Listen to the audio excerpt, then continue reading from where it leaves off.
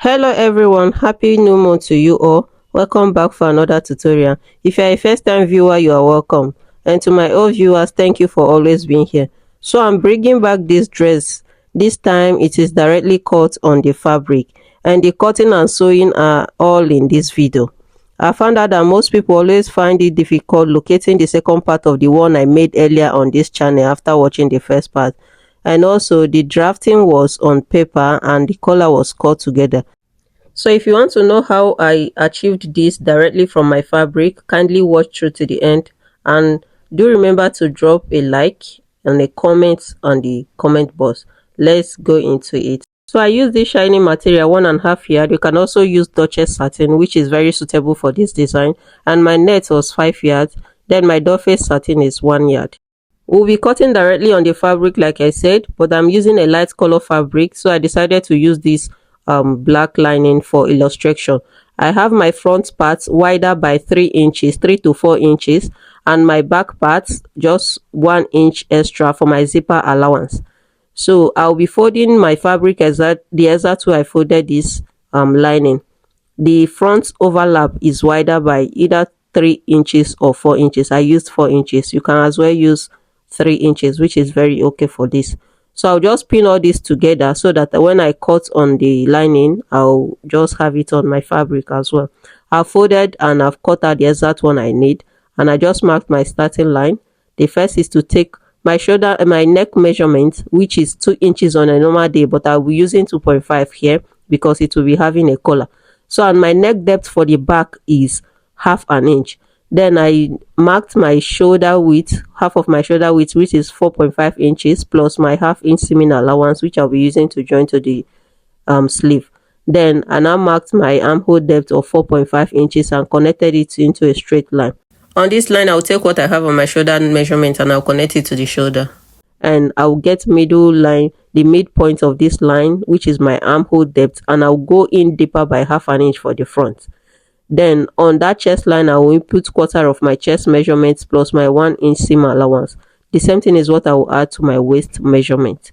And I'll just connect the back armhole, and the front armhole will go deeper by 1/2 inch.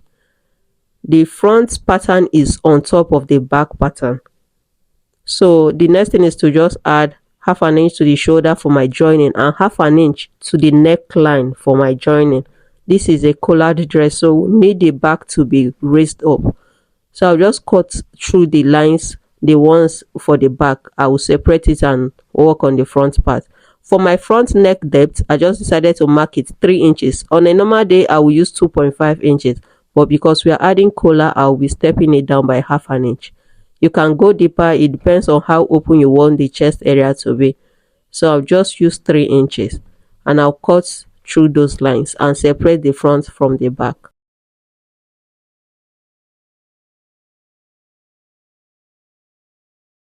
So when I open up, I'll just notch my zipper allowance for the back, that 1 inch zipper allowance, and I'll just write my back on it. So I'll be modifying the front when I open it up. Remember, I folded in 4 inches extra for my overlap. So when I open it up, I will then work on it.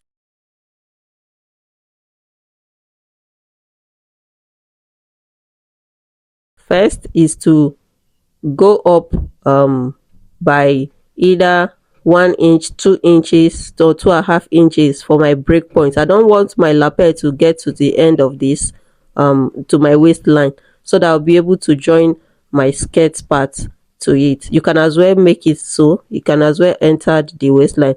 So from my neck, the original neckline, I'll connect through to that 3 inches I marked and to that 2 inches I came off from the waistline. Or you can just come down. If you this neckline is very high for you, you can just come down. So I'll just add my seam allowance of 1/2 inch and I'll cut it, and I'll trim off the front armhole, and this front one is ready as well. So I'll open up that place because I have it on fold, and this is my back and my front. And for the back, I'll just go up by 1/2 inch from the waistline at the zipper area. I'll trim it off. to eliminate any puffiness at the zip area. And for the front, that's 4 inches. I'll just notch it so that when I'm done sewing, I can overlap it from there. So this is what I have for my front. I will take away my pattern that I used to cut it, and my back piece and my front pieces are ready. So when they overlap at that 4 inches, if that neckline is too high for you, if you want it a bit exposed, come down by 1 inch or 1.5 inches. I'll use it to cut my lining. And for my skirt part, that 5 inches net I had, I was able to get 15 inches length into 4, that is 60. Net is by 60, so I folded it so well that I could get 4 layers of 5 years. And for my skirt, I just cut out, multiplied my waist circumference by 2 and used it to cut out a full circle. My waist circumference 22 by 2 is 44, divided by 6.28. I used it to cut out the circle, and the length was 17 inches. And for my lining, I just cut out half circle for it, and it was shorter by 3 inches. It was shorter than the main fabric by 3 inches. So I've cut out my lining and my main fabric, and this is what I have. When I bring my back part, I'll place it together. I want to close up my zipper allowance by 1 inch. I'll just close up by 1 inch. You can close up by 1.5, 1.25, or even 2 inches, depend on how deep you want your zip to start from. I'll do the same thing to my lining, just 1 inch or 1.25. Close it up 1 inch or 1.25. Then I will join the shoulders together, both the front and the back. For the main fabric and for the lining, I will join them together.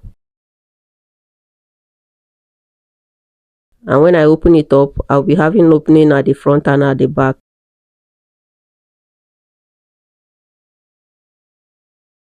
So I'll go to my sewing machine and join with 1/2 inch seam allowance all through.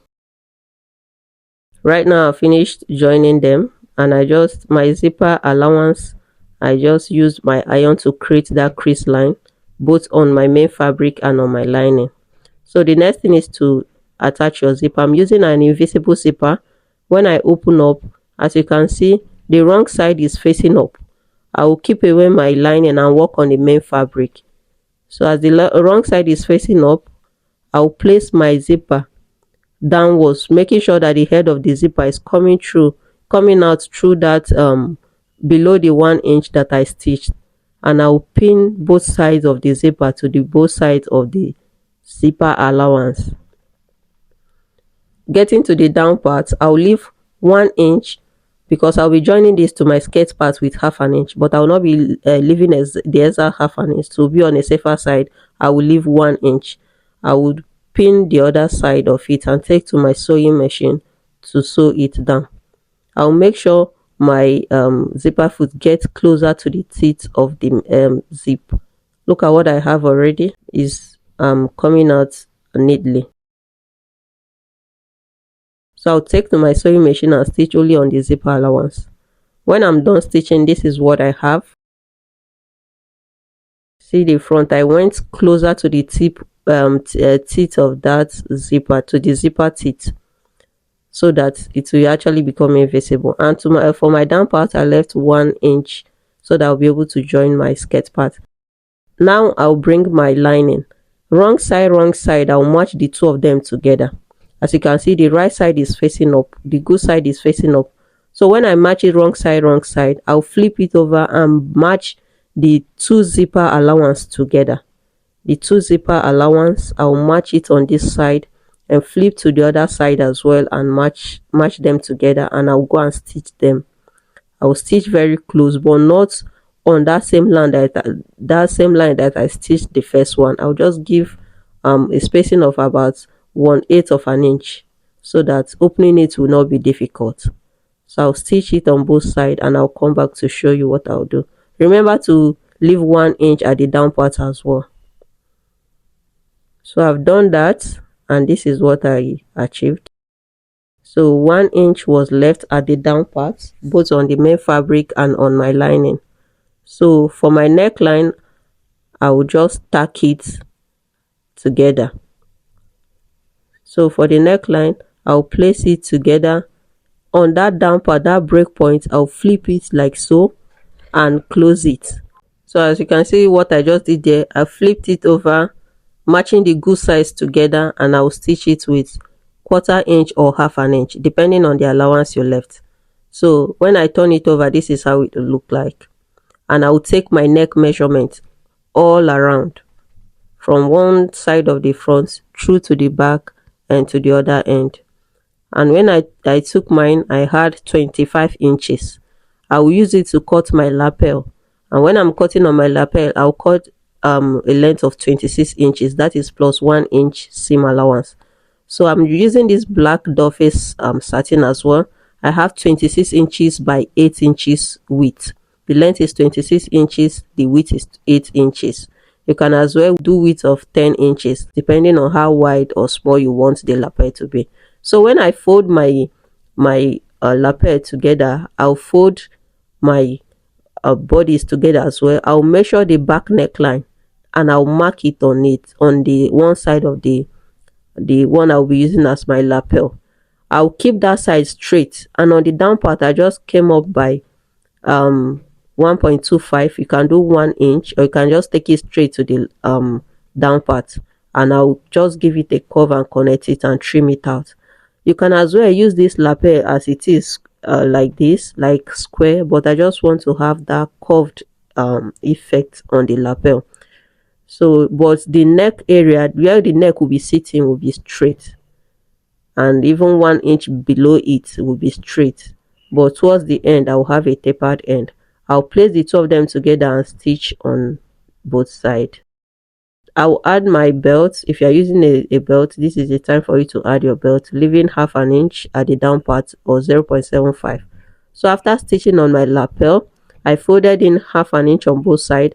One side was wider by 1/8 inch. If you are fixing a band, this is how you should do it. One side should be wider so that when you are stitching, you can get to the one, your stitches will get to the one under. So you can fix it like this, just open it up and fix it like this. But I want to hide my stitches, so I will be fixing it separately. I'll locate the midpoint and match it through to both ends and sew with 1/2 inch. The shorter one, the one that is less by 1/8 inch. When I sew, I will notch so that the neck area will relax. That shoulder point need to be notched, and I'll flip it over and cover with the one that is greater by 1/8 inch, right? So I'll just use it to cover the seam, and I'll be stitching from the right side.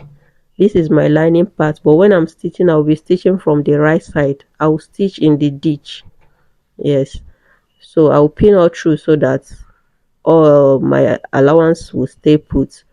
My collar, the one inside, will stay put, and I'll turn to the right side and I'll stitch in between the black and the milk colored dress.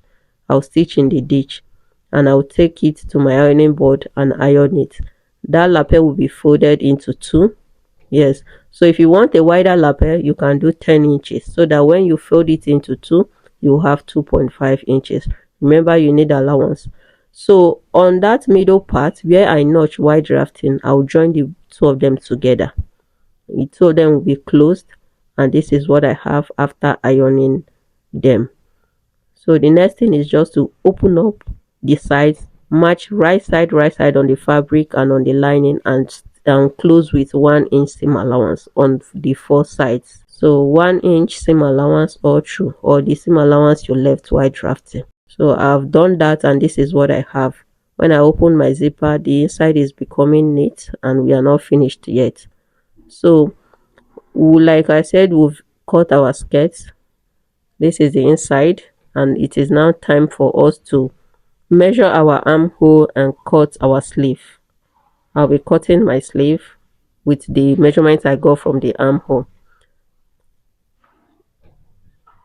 So if you can notice, the front part is joined together. So we'll be joining our skirt part technically, because that front part is already joined together, and we need two separate, we need it to be separate for the lining and for the main fabric, so that we can achieve a neater finishing for our zip.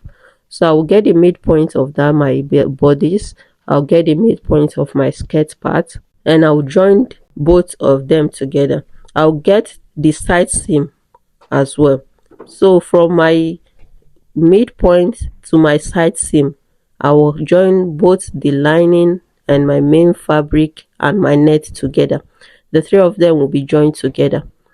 But on getting to the side seam, I will separate my lining from my main fabric.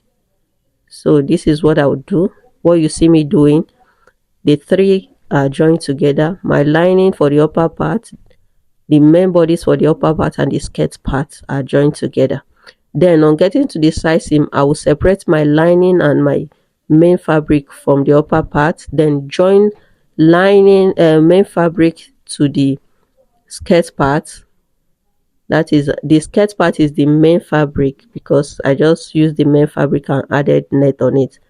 On the other side as well, I will join it, leaving the lining aside. So leaving the lining aside, I will join it, take to my machine and sew. And I'll repeat the same thing for my lining. I'll bring my lining at the middle part, the front part, the three of them will be joined together. Lining, main fabric, and lining will be joined together. Getting to the side seam, I will separate and join lining to lining and the other lining to lining as well. So this is what I'll do. I'll come back to show you what I did. I have achieved all this and the inside is now closed. We now have separate lining and our separate fabric. We can now continue with our zipper and finish it up. And my sleeve, I just cut out a puff sleeve. I will leave links to the video you will watch to cut out this puff sleeve. And I made a detachable bow which I'll be adding to the back. Thank you for watching up to this point, as I will go over and close and our dress will be ready. Do remember to give me a thumbs up. Thank you and see you in my next videos. Bye.